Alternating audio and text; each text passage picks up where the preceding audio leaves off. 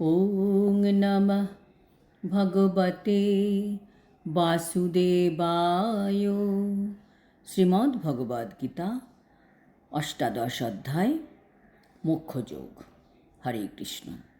আজ আমরা মোক্ষযোগের ৭১ নম্বর শ্লোকটি শুনব।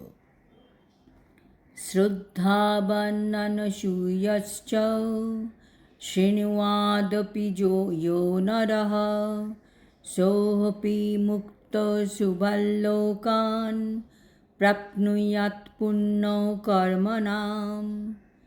অনুবাদ: শ্রদ্ধাবান ও অসুয়ারোহিত যে মানুষ গীতা শ্রবণ করেন তিনিও পাপমুক্ত হয়ে পুণ্যাত্মাদের শুভ লোকসমূহ লাভ করেন। তাৎপর্য: যারা গীতা শুধুমাত্র শ্রবণ করে তাদের প্রতিও ভগবান অতি খুশি হন। ভগবান বলছেন, তারা যদি আর কিছু নাও করে তবু তারা স্বর্গে অবশ্যই যাবে। শাস্ত্রে আছে, স্বর্গে যাওয়ার জন্য অনেক পুণ্যকর্ম করার প্রয়োজন হয়, অনেক কঠিন যজ্ঞ করার প্রয়োজন হয়। কিন্তু ভগবান কৃষ্ণ এই শ্লোকে কী বললেন? যে গীতা পাঠ করলেই স্বর্গে যাওয়া যাবে। যদিও ভক্তরা শুধু স্বর্গে যাওয়ার জন্য লালায়িত হয় না, কিন্তু ভগবান জানেন যে একবারে তো কেউ ভক্ত হতে পারে না।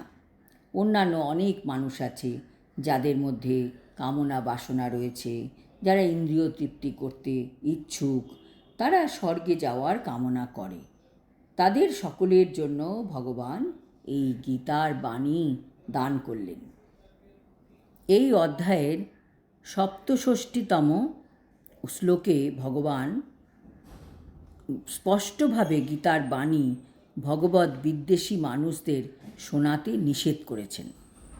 পক্ষান্তরে বলা যায়, ভগবদ্ গীতা কেবল ভক্তদের জন্য, কিন্তু কখনো কখনো ভগবদ্ ভক্তদের প্রকাশ্যে গীতা পাঠ করতে দেখা যায়, যেখানে সমস্ত শ্রোতাই ভক্ত নন।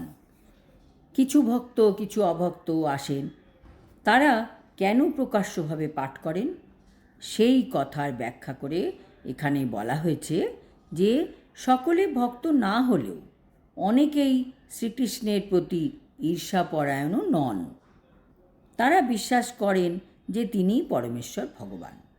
এই ধরনের মানুষেরা যথার্থ ভগবদ্ ভক্তদের কাছ থেকে ভগবানের কথা শ্রবণ করার ফলে তৎক্ষণাৎ সমস্ত পাপ থেকে মুক্ত হন এবং তারপর সেই লোক প্রাপ্ত হন যেখানে সমস্ত সাধু মহাত্মারা অবস্থান করেন।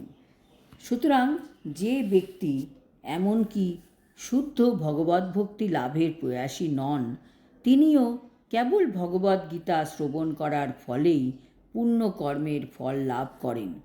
এভাবে ভগবানের শুদ্ধ ভক্ত সকলকেই সমস্ত পাপ থেকে মুক্ত হওয়ার এবং ভগবদ্ ভক্ত হওয়ার সুযোগ দান করেন। সাধারণত যারা পাপমুক্ত, যারা পুণ্যবান, তারা সহজেই কৃষ্ণ ভাবনামৃত গ্রহণ করেন। এখানে পুণ্যকর্ম নাম শব্দটি অত্যন্ত তাৎপর্যপূর্ণ। এর দ্বারা বৈদিক সাহিত্যে বর্ণিত অশ্বমেধ যজ্ঞের মতন মহাযজ্ঞ অনুষ্ঠানের উল্লেখ করা হয়েছে। যারা শুদ্ধ না হয়েও কেবলমাত্র ভক্তিযোগ সাধন করার ফলে পুণ্য অর্জন করেছেন, তারা ধ্রুব মহারাজের শাসনাধীন ধ্রুবলোক লাভ করেন। ধ্রুব মহারাজ ভগবানের একজন মহান ভক্ত এবং তিনি যে বিশেষ গ্রহে বাস করেন তাকে বলা হয় ধ্রুবলোক বা ধ্রুব তারা। আজ এই পর্যন্ত। পরের শ্লোকে ভগবান অর্জুনকে গীতা শ্রবণের ফল সম্বন্ধে বিস্তার করে বলবেন।